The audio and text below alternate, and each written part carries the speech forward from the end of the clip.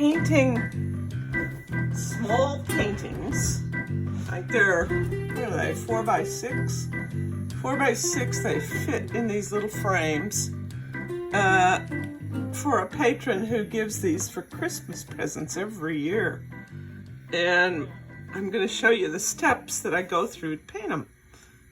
First, I cut the paper into small pieces. I'm using Gamboge yellow, it's a yellow color, to paint the background. He asked me to paint them in my style. He wanted 10 horses, some longhorns, and a cat. So I won't be painting the cat with this, but I'll be painting the longhorns and the horses in this style. Okay.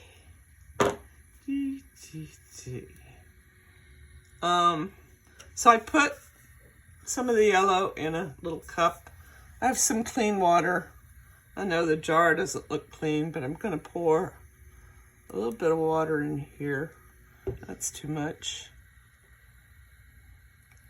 Pour some back. Okay. Then I'll mix it up really well.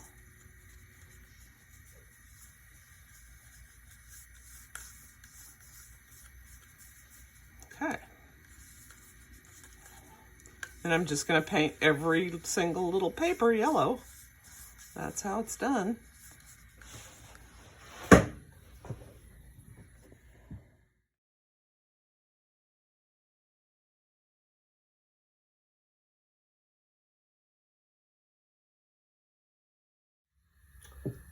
To make the background on my little pieces of yellow paper, which have now dried, it's the next evening, I'm going to cover them with really thin toilet paper. This is not your high quality stuff. This is your porta potty special here. And this is what works. I'm going to be painting right through it.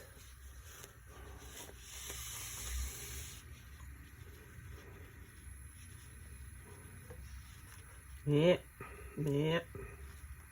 Okay, we're getting it.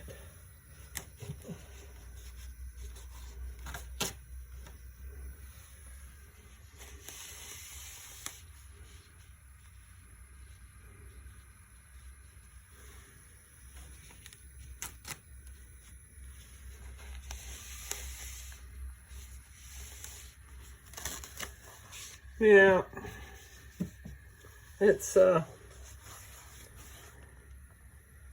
kind of hard to get it all where you want it.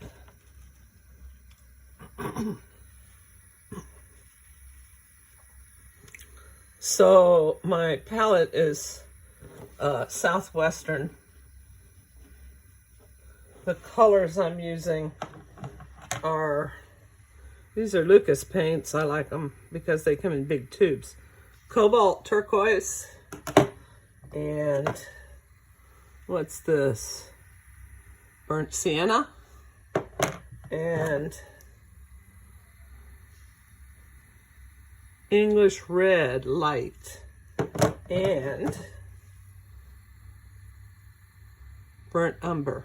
Sometimes I use sepia or Van Dyke brown, but I'm not going to do that this time because the pages are so small for such dark colors.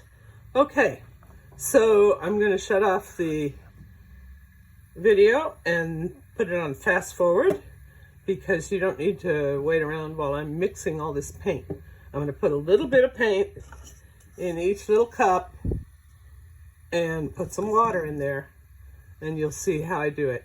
I'm going to mix up the paint, make a thin mixture of the paint, and then I'm going to dab it on the toilet paper covered watercolor paper.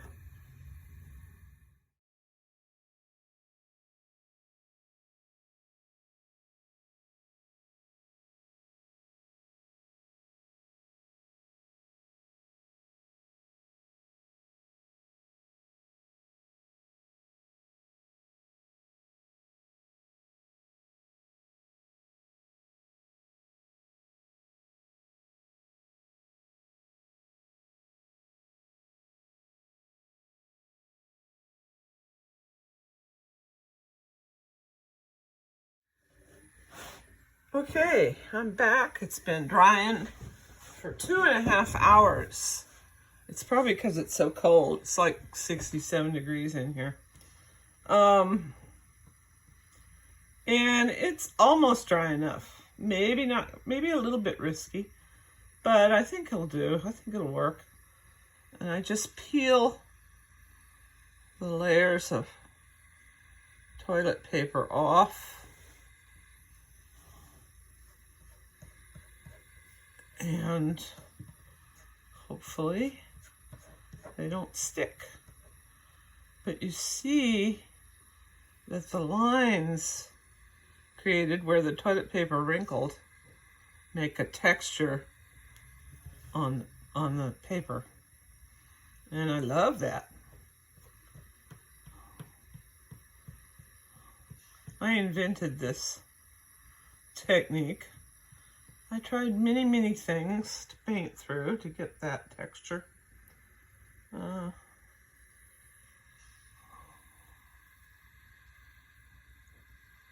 And this seems to be the one I like the best. Although for some bigger paintings I use cloth, or or you can use Kleenex and get almost the same thing. But you have to separate the little sheets of Kleenex. It has to be 1 ply. The paint won't go through 2 ply. And if you get Kleenex that has some kind of whatever, olive oil or whatever they put in Kleenex these days, some kind of scent or something, it resists paint and it won't go through. So get the cheap stuff. Just like we need the cheap toilet paper. It's the best. Well, yeah, there's a little piece there I wanted to get. And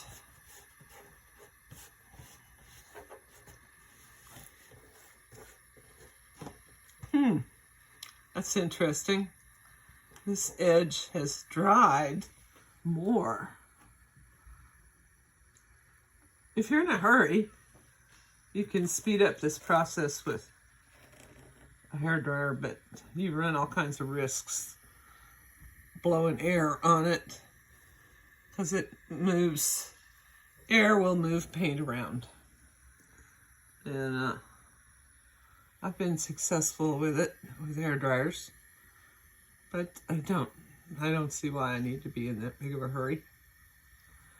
What I do in the meantime is I work on some other painting while I'm waiting for this to dry. Or I do something else, Photoshop or something. Uh-oh.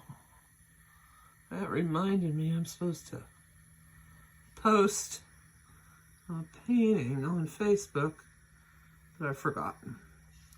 Okay, I'll have to find one. There we go. Now, these are still soaking wet, so you have to wait for them to dry. Since they are wet, they are a little bit darker.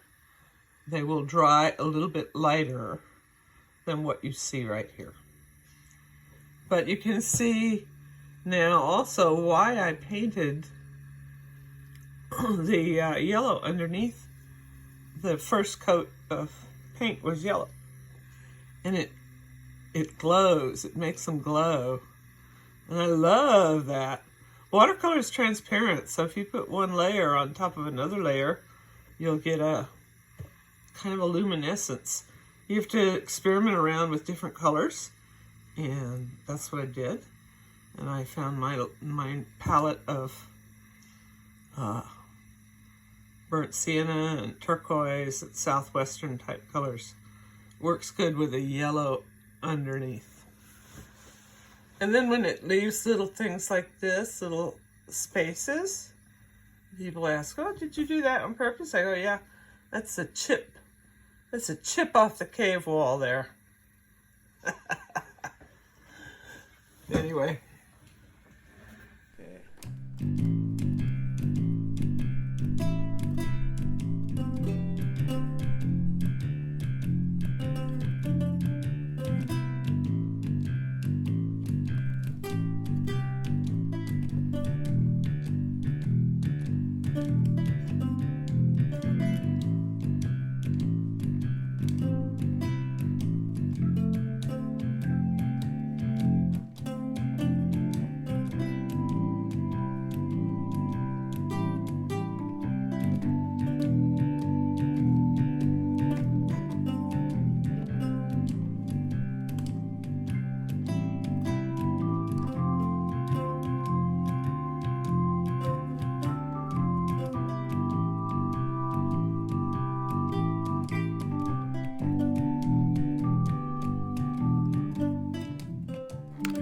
Don't forget to leave me a like and subscribe to my channel.